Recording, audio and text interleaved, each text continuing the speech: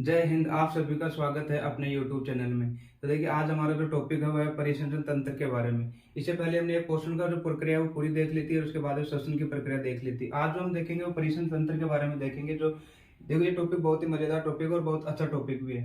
तो देखो, seven seven क्या होता है कि हमारे शरीर के अंदर जो भी उपयोगी पदार्थ है उनको एक स्थान से दूसरे स्थान तक लेकर जाना, और जो अनुपयोगी पदार्थ है, हानिकारक पदार्थ है, उनको शरीर से बाहर निकालने की प्रक्रिया को सेवन कहा जाता है। अब देखिए, उपयोगी पदार्थ कौन कौन से हमारे शरीर के अंदर, जैसे ऑक्सीजन है। ये फिर जब भोजन पच जाता है तो जो भोजन के पचे हुए कणों का जब अवशोषण होता है तो वो अवशोषित कण है। ये सभी उपयोगी पदार्थ हैं। और जो अपशिष्ट पदार्थ बन जाते हैं उनको बाहर निकालने की प्रक्रिया सेवन कहलाती है। तो उपयोगी पदार्थों को एक स्थान से दूसरे स्थान तक ले जाने की प्रक्रिया को सेवन कहा जाता है। और ये जो प्रक्रिया है वो रक्त के द्वारा संपन्न होती है हमारे शरीर के अंदर। तो देखो, रक्त परिसंचरण तंत्र। देखो, रक्त परिसंचरण तंत्र को हम तीन अलग अलग भागों में बांटते हैं, तीनों के बारे अलग अलग में पढ़ेंगे। तो देखो, रक्त परिसंचरण तंत्र में एक तो है रक्त नलिकाएं, और नंबर 2 पर है हृदय, और नंबर 3 पर है हमारे पास रक्त एवं लसिका।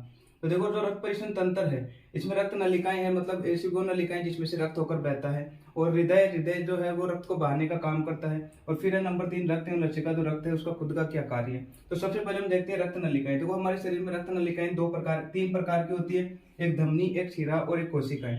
देखो, सबसे पहले हम धमनी और शिरा के में अंतर जानने का प्रयास करते हैं। अब हम देखते हैं धमनी और शिरा में अंतर। देखो, धमनी और शिरा क्या होती है। धमनी जो होती है वो रुधिर को हृदय से शरीर के विभिन्न भागों तक पहुंचाने तक का कार्य करती है। लेकिन जो शिरा है वह उस रुधिर को शरीर के विभिन्न भागों से वापस उस हृदय में लाने का कार्य शिराओं के द्वारा संपन्न किया जाता है। अब देखो, तो धमनियां हैं, धमनियों की जो भित्तियां या दीवारें हैं वो मोटी होती है, लेकिन शिराओं की जो भित्तियां होती है वो पतली होती है। अब देखो, इसमें मोटी और पतली होने का भी रीजन है। वो ये है कि जैसे मान लो, अब जो हमारे पास ये धमनी है और जब हमारा हृदय संकुचित होता है तो जो ब्लड है, जब ब्लड बाहर निकलेगा हमारे हृदय से तो बहुत तेज गति से निकलेगा और उसका दाब भी बहुत ज्यादा होगा। और जब अगर दाब ज्यादा होगा तो फिर हमको ऐसा मतलब ऐसी नलिका चाहिए जो उस दाब को सहन कर सके। तो दाब को सहन करने के लिए मतलब हमारे पास जो इनकी भित्तियां हैं, दीवारें हैं, वो मोटी होनी चाहिए। तो इसीलिए धमनी की जो भित्तियां होती है वो मोटी होती है, क्योंकि इनमें जो ब्लड का जो प्रवाह है बहुत तेज गति से होता है, रक्त का दाब बहुत अधिक होता है। लेकिन जब ये ब्लड जैसे जैसे आगे जाता है इसकी स्पीड बहुत कम होती रहती है। जब ब्लड वापस घूमकर आता है तो शिराओं के द्वारा आता है, तो शिराओं में जो है इनकी स्पीड बहुत कम हो जाती है, इसलिए इनकी भित्तियां थोड़ी पतली होती है, क्योंकि इस पर दाब बहुत कम लगता है। तो इनमें जो स्पीड होती है धमनियों में रक्त की वो होती है लगभग 120 mm में, और इनकी जो होती है शिराओं में वो 80 की, मतलब 120 की स्पीड से जाना और 80 की स्पीड से वापस आना। और ये जो 80 की स्पीड से वापस आ रही है वो शिराओं में आएगी, और 120 की स्पीड से जब भी जाएगा वो धमनियों के अंदर जाएगा। फिर है कि इसमें वाल्व नहीं पाए जाते और शिराओं के अंदर वाल्व पाए जाते हैं। अब देखो, वाल्व इसमें क्यों नहीं पाए जाते। धमनी जो है, धमनियों के अंदर वैसे जो ब्लड का जो रफ्तार है बहुत तेज है, तो इसमें वाल्व की जरूरत ही नहीं है उसको रोकने का। वाल्व क्या करते हैं कि ब्लड को उल्टी दिशा में जाने से रोकना। और जब अगर कोई पहले से 120 की स्पीड से अगर ब्लड जा रहा है तो वो तो रुकेगा नहीं, तो रुकने के लिए इसमें वाल्व की हमारे पास जरूरत ही नहीं होगी, इसलिए धमनी में वाल्व की जरूरत नहीं होती। लेकिन शिराओं में वाल्व लगे रहते थे। अब देखो, शिराओं में वाल्व क्यों लगे रहते हैं। अब मान लो यहाँ से देखो, अब ये 120 की स्पीड से यहाँ से तो आ गया धमनी से, और ये आता हुआ इस शिराओं में जाएगा, तो शिराओं में इसकी स्पीड बहुत ही कम हो जाएगी, और शिराओं की स्पीड कम हो जाएगी। मान लो यहाँ पर ब्लड रुक गया, तो हमारा जो प्रमुख कार्य है वो इस ब्लड को विपरीत दिशा में जाने से रोकना है वापस। अब देखो, अगर ये विपरीत दिशा में जाएगा तो इसको रोकने के लिए हमको वाल्व चाहिए। तो यहाँ पर देखो, इस जो वाल्व लगे रहते हैं। अब इसमें होगा क्या, जैसे जैसे ब्लड जाएगा ये वाल्व तो खुल जाएंगे इस तरीके से, और फिर जैसे जैसे ऊपर जाएगा अब वापस आएगा तो ये वाल्व बंद हो जाएंगे, तो ये ब्लड है वापस नीचे नहीं आ पाता। अब देखो, ये जो वाल्व है, वाल्व क्या कार्य करते हैं, इनको विपरीत ब्लड को विपरीत दिशा में जाने से रोकने का कार्य करते हैं। इसको हम इस तरीके से भी समझ सकते हैं, जैसे मान लो हमारे पास एक कोई टायर है, टायर जैसे मान लो साइकिल का, किसी का भी हो सकता है। अब उसमें वाल्व लगे रहते हैं, अब उसके अंदर हम हवा भरते हैं तो हवा अंदर तो चली जाती है, लेकिन वाल्व क्या कार्य करते हैं, वापस उसको बाहर नहीं आने देती। तो सेम कार्य यहीं पर ही होता है। अब ब्लड मान लो यहाँ पर रुक गया, और पीछे से जब ब्लड आता है तो देखता है कि अरे अरे भाई, तो यहाँ पर क्यों रुका है। वहां पर तो हमारे जो हार्ट अंकल है, हृदय अंकल, वहां पर वो इंतजार कर रहे हैं, तो वो पीछे वाला ब्लड वापस इनको अपने साथ लेकर जाता है और हृदय अंकल तक इनको पहुंचा देता है। इसी तरीके से हम आगे देखते हैं कि रक्त दाब का जो अधिक है, रक्त दाब अधिक किसमें होता है, धमनियों में होता है, ये मैंने बता दिया था। और रक्त दाब जो है सबसे कम किसमें होता है, शिरा के अंदर होता है। अब जो धमनियां हैं जो हमारे हृदय से जुड़ी रहती है, इन सभी धमनियों के अंदर O2 युक्त रुधिर बहता है, लेकिन एक धमनी ऐसी है जिसमें CO2 युक्त रुधिर बहता है, और उस धमनी का नाम है फुफ्फुस धमनी। इसी तरीके से जितनी भी शिराएं हमारे जो शरीर के अंदर है उन सभी में CO2 युक्त रुधिर बहता है, लेकिन एक हमारे पास शिरा ऐसी है जिसके अंदर फुफ्फुस शिरा, जिसमें O2 युक्त रुधिर बहता है। अब देखो जो धमनी होती है वो धमनी हमारे शरीर के गहराई में स्थित रहती है। जैसे मान लो हमारे पास चाहे हाथ हो तो हाथ के जैसे मान लो गहराई के मतलब अंदर की तरफ धमनियां स्थित रहती है। अरे अंदर क्यों स्थित रहती है? क्योंकि अगर ये बाहर होती तो इनके अंदर जो ब्लड का प्रवाह बहुत तेज गति से होता है और रक्त दाब का मान भी ज्यादा होता है। अगर रक्त दाब अगर जैसे मान लो अगर बाहर होती तो फिर कभी भी फटकर बाहर आ जाती तो हमको ज्यादा नुकसान हो जाता। इसलिए जो धमनियां है वो अंदर की ओर स्थित रहती है। और बाहर जो हम छोटी छोटी नसें देखते हैं वो शिराएं हैं, शिराओं में ब्लड प्रेशर जो है बहुत कम होता है, स्पीड भी क्या होती है बहुत कम। जब हम काम करते वक्त अगर हमको चोट लग जाती है तो हम देखते हैं कि इसमें ब्लड है थोड़ा धीरे निकलता है, वो इन शिराओं के कारण निकलता है। अगर वही धमनियां बाहर होती तो ब्लड इतनी स्पीड से बाहर निकलता है कि हम उसको रोक ही नहीं पाते। तो इसलिए जो धमनियां है उससे देखो हृदय, अब हृदय जो है हमारा जो 4 भागों में बटा रहता है, एक दो हमारे पास ऊपर वाले और 2 नीचे वाले। अब देखो 4 भाग हो गए हमारे पास, इसमें एक तो जैसे मान लो ये हो गया, फिर 2 3 और 4। ऊपर वाले जो 2 चैम्बर हैं इनको हम आलिंद कहते हैं, आलिंद।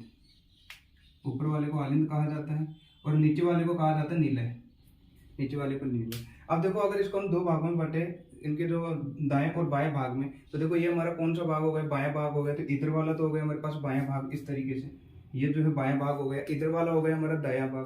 तो देखो इधर वाले को तो हम लिख देंगे राइट वाले, यानी कि ये जो है हमारे पास राइट वाला भाग बन गया। एक तो हो गया आर और एक हो गया आर। अच्छा आर ए का मतलब क्या है? यहाँ पर दायां आलिंद। आर एन का मतलब क्या है? दायां नीलय। अब यहाँ पर देखो लेफ्ट वाला आएगा तो ये हो जाएगा एल ई और ये हो जाएगा एल एन।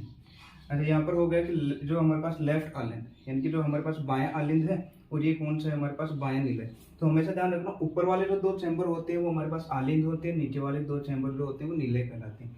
अब देखो इनमें जो है अलग अलग जैसे मान लो मार्ग होते हैं जिनको हम शिराएं और धमनियां भी बोलते हैं, इस तरीके से। अब देखो ये जो है हमारे पास हृदय से जो बहुत सारी ये नलिकाएं निकलती है जो शरीर के विभिन्न भागों तक जुड़ी रहती है। यहाँ से फेफड़ों से भी जुड़ी रहती है, शरीर के विभिन्न भागों तक भी जुड़ी रहती है।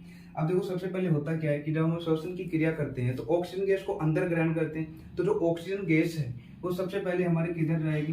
तो मेरे जो ऑक्सीजन गैस है इन फेफड़ों में आएगी, फेफड़ों से होती हुई सबसे पहले आएगी यहाँ पर इस चैम्बर में, थर्ड वाले में, लेफ्ट आलिंद के अंदर। अब देखो इसमें फेफड़ों में ऑक्सीजन युक्त रुधिर आ रहा है तो हमको पता है ऑक्सीजन युक्त रुधिर आएगा तो इसको हम लिखेंगे O2 युक्त। अब ये जो ब्लड आ रहा है हमारे पास O2 युक्त ब्लड, क्योंकि यहाँ पर फेफड़ों के अंदर, फेफड़ों के सिर पे ये जो ब्लड है वो यहाँ पर नीचे आ जाता है, वो आ जाता है हमारे पास लेफ्ट आलिंद के अंदर। जब इसके अंदर आएगा तो देखो यहाँ पर जो हमारे पास वाल्व लगे रहते हैं। अच्छा बाएं तरफ अगर जो वाल्व है उसको हम बोलते हैं द्विवलनी कपाट। यहाँ पर ऐसे 2 छिद्र रहते हैं, इनको बोलते हैं द्विवलनी कपाट। और दाएं तरफ होते हैं, इधर देखो हमारे पास 3 इस तरीके से लगे रहते हैं जिनको बोलते हैं त्रिवलनी कपाट। 3 होते हैं त्रिवलन कपाट। अच्छा इनको याद करने का एक तरीका ये है कि जैसे बायां बायां में 2 शब्द आते हैं तो हम 2 इधर बाएं की तरफ कर देंगे द्विवलनी कपाट। दाहिना के अंदर हमारे पास 3 शब्द आते हैं तो इधर हम कर देंगे त्रिवलन कपाट। अब देखो ये जो है अब हमारे पास ऊपर वाला हो गया आलिंद दोनों और नीचे वाले हो गए दोनों नीलय हो गए। अब देखो जो हमारे पास O2 युक्त ब्लड आ रहा था सबसे पहले हमारे पास बाएं आलिंद में आएगा। जब ये बाएं आलिंद में आएगा ब्लड तो पूरा भर जाने के बाद ये जो वाल्व वो खुल जाएगा और जब वाल्व खुलेगा तो फिर ये कहाँ पर आएगा? हमारे पास लेफ्ट निलय के अंदर। अब देखो जो बाएं निलय के जब अंदर आएगा तो फिर ये धमनी के द्वारा शरीर के विभिन्न भागों तक भेज दिए जाते हैं। ये धमनी के द्वारा भेजा जाता है क्योंकि हमको पता है जो धमनियां है वो क्या कार्य करती है? O2 युक्त रुधिर लेकर जाने का कार्य करती है। तो धमनी इस O2 युक्त रुधिर को शरीर के विभिन्न भागों तक लेकर जाएगी। अरे ये O2 युक्त लेकर जा रही है। अब ये O2 युक्त लेकर जा रही है तो इसका मतलब ग्लूकोज का विघटन होगा शरीर के विभिन्न भागों में और ऑक्सीजन उन तक पहुंच रही है। तो ग्लूकोज का जब विघटन होगा तो कौन सी गैस बाहर निकलती है? वहां से CO2 निकलेगी। ये CO2 हो गई। और CO2 जब अगर हमको पता है CO2 युक्त ब्लड हो गया और जब CO2 युक्त ब्लड होता है वो कहाँ पर आता है? फिर हमारा शिराओं के द्वारा आ जाता है फिर राइट आलिंद के अंदर। और फिर देखो अब हमारे पास दाहिने आलिंद के अंदर अगर CO2 युक्त अगर रुधिर आ गया तो CO2 युक्त रुधिर इसमें पूरा भर जाएगा ही। और जैसे पूरा भरेगा तो त्रिवलन कपाट खुल जाएगा, पूरा का पूरा ब्लड नीचे आ जाएगा, मतलब ये आ जाएगा दाहिने निलय के अंदर CO2 युक्त। और जब ये पूरा भर जाएगा तो पूरा का पूरा जो ब्लड है वो इन शिराओं के द्वारा हमारे पास जो CO2 युक्त है वो फेफड़ों तक पहुंचा दिया जाएगा। अब यहाँ से देखो होगा क्या? जैसे ही फेफड़ों के अंदर CO2 आएगी तो CO2 तो बाहर निकल जाएगी। और जब हम श्वसन क्रिया जब करेंगे तो O2 जो गैस है उसको हम अंदर फिर से ग्रहण कर लेंगे और O2 यहाँ से होती हुई वापस इसमें आ जाएगी। अच्छा, यहाँ से देखो O2 युक्त कौन कौन से हमारे पास भाग हो गए। एक तो O2 युक्त ये हो गया हमारे पास इधर, और एक O2 युक्त ये हो गया। तो दो भाग तो हो गए हमारे पास कि बायां जो भाग है उसमें हमेशा शुद्ध रुधिर बहता है। अच्छा, शुद्ध रुधिर का मतलब क्या है? ऑक्सीजन युक्त रुधिर, इसका ध्यान रखना। शुद्ध रुधिर का मतलब है कि ऑक्सीजन युक्त रुधिर। और वी ऑक्सीजन युक्त रुधिर जो है हमारे दाहिने भाग में बहता है हमेशा। इधर वाले भाग में CO2 युक्त और लेफ्ट वाले भाग में CO2 युक्त बहता है। तो O2 और CO2 वाले इसमें हमारे पास ब्लड का इसमें फॉर्मेशन दोनों इस तरीके से होगा। अब देखो हम आगे इसके अंदर देखते हैं कि जो पूरा का पूरा फॉर्मेशन है वो किस तरीके से होता है। अच्छा, ये देखो शिराएं जो है हमको पता है CO2 युक्त रुधिर आता है, तो इन शिराओं को हम क्या बोलते हैं? महाशिरा बोलते हैं, महाशिरा। और ये जो देखो यहाँ से जब लेफ्ट नीले के अंदर जब O2 युक्त रुधिर आ जाता है तो जिस धमनियों के द्वारा ये पूरे शरीर को भागों तक पहुंचा दिया जाता है, यहाँ पर जो धमनी होती है इस धमनी को हम बोलते हैं महाधमनी। इस धमनी को कहा जाता है महाधमनी। महाधमनी आगे जाकर छोटी छोटी धमनियों में विभक्त हो जाती है और शरीर के हर भागों तक विभक्त होती जाती है, और लास्ट में इसका जो साइज है बहुत ही छोटा छोटा होता चला जाता है अलग अलग शाखाओं में बंटने के कारण। तो धमनियां हैं वो O2 युक्त को रुधिर को लेकर जाती है। अब देखो इसके अंदर सबसे पहले हमने देखा कि फेफड़े से हमने क्या लिया? O2 युक्त। पहले तो फेफड़े के बाद में फिर ब्लड कहाँ आया हमारे पास? हृदय के अंदर। हृदय से फिर जो ये ब्लड है वो कहां पर पहुंचा? शरीर के विभिन्न भागों तक। और शरीर के विभिन्न भागों से ब्लड फिर से किस में आया हमारे पास? यहाँ पर आया ये हृदय के अंदर, और हृदय से फिर वापस कहां पर चला गया? फेफड़ों के अंदर। अच्छा, अब इसमें हम देखते हैं कि जो ये पूरा जो सर्कुलेशन है, एक सर्कुलेशन पूरा होने में मतलब फेफड़ों से गैसों तक आने में, फेफड़ों तक वापस गैसों को पहुंचाने में हृदय हमारे को कितनी महत्वपूर्ण भूमिका निभाता है? 2 बार। देखो एक तो हृदय यहाँ पर आ गया और एक हृदय यहाँ पर काम आ गया। मतलब एक सर्कुलेशन में हृदय 2 बार अपनी महत्वपूर्ण भूमिका निभाता है। इसलिए हम इस परिसंचरण को क्या बोल देते हैं? दोहरा परिसंचरण तंत्र। दोहरा परिसंचरण तंत्र। तो अब देखो इसकी जो क्रियाविधि है उसको क्रियाविधि को समझते हैं हम। जो ये हृदय जो है इसका क्या कार्य करता है, जैसे मान लो तो सबसे पहले अब देखो इसमें अगर हम धमनी और शिराओं में अंतर देखा था कि धमनी तो किसको बोलते थे हम? कि जो ब्लड को हृदय से शरीर के विभिन्न भागों तक पहुंचाए। तो देखो ये जो है हमारे पास धमनी, ये ब्लड को इस हृदय से शरीर के विभिन्न भागों तक पहुंचा रही है। और यहाँ से अगर देखते हैं तो ये भी तो देखो ये फेफड़ों तक पहुंचा रही है। इसका मतलब ये फेफड़ों तक पहुंचा रही है तो फिर ये क्या होनी चाहिए? हमारे पास धमनी होनी चाहिए।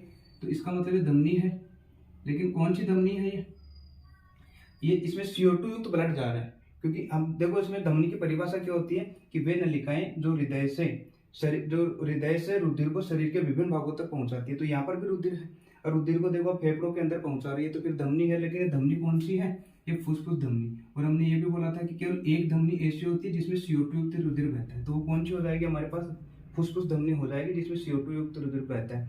और शिराएं किसे कहते हैं? कि शरीर के विभिन्न भागों से ब्लड को हृदय के अंदर लाना। तो देखो शरीर के विभिन्न भागों से यहाँ पर भी लेकर जा रहे हैं, तो ये भी शिराएं हैं। लेकिन यहाँ से भी तो इसके अंदर लेकर आ रहे हैं। अब देखो यहाँ से फेफड़ों से जो ब्लड है उसको हम हृदय के अंदर ला रहे हैं, तो फिर ये शिरा होनी चाहिए। लेकिन ये शिरा है तो फिर हमारे कौन सी है?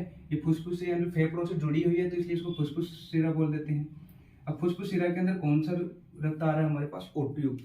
इसलिए हम कह देते हैं कि जो एक हमारे पास शिरा ऐसी होती है जिसमें O2 युक्त ब्लड रहता है और एक धमनी ऐसी होती है जिसमें CO2 युक्त रुधिर बहता है। तो वो ये दोनों ये होती है हमारे पास। अब इसकी क्रियाविधि देखते हैं। तो सबसे पहले अगर जो श्वसन क्रिया करते हैं तो श्वसन क्रिया करेंगे तो सभी गैसें अंदर आएगी फेफड़ों तक, और फेफड़ों में सिर्फ टंकी का कार्य करती है, वहां पर केवल स्टोर करती है और ऑक्सीजन को केवल आगे भेजती है, बाकी वहीं रह जाती है।